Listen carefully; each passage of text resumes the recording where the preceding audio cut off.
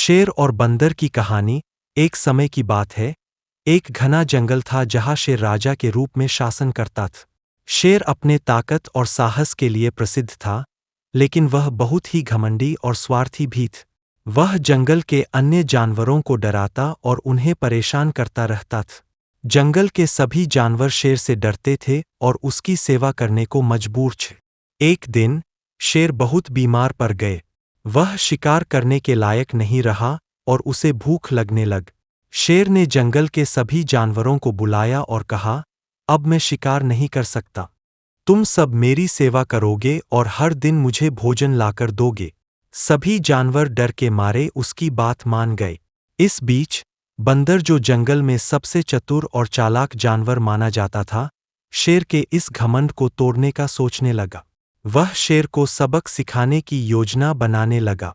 एक दिन बंदर ने शेर के लिए भोजन का इंतजाम किया, लेकिन वह खुद भोजन के साथ नहीं गए। वह दूसरे जानवरों को शेर के पास भेजता और कहता कि यह भोजन शेर राजा के लिए है। शेर भोजन खाता और खुश रहता, लेकिन बंदर को देख नहीं पाता। शेर ने सोचा कि बंदर शायद उसे नजरअंदाज कर रहा है, इसलिए उसने बंदर को खुद उसके पास आने का आदेश दिए। बंदर चुपके से एक तरकीब सोचकर शेर के पास गए।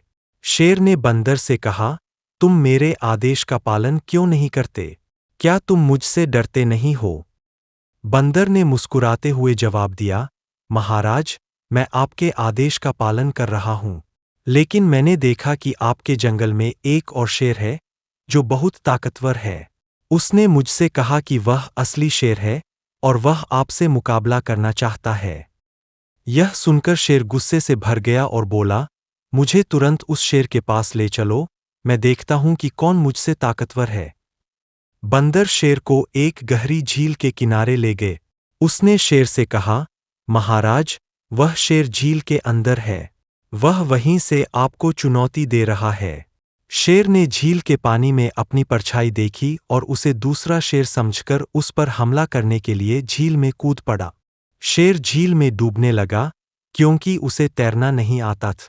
बंदर ने चुपके से यह सब देखा और शेर के घमंड का अंत होते देख खुश हो गए।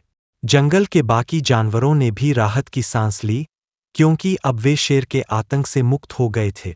इस कहानी से यह शिक्षा मिलती है कि घमंड का अंत बुरा होता है और बुद्धिमानी से हर समस्या का हल निकाला जा सकता है।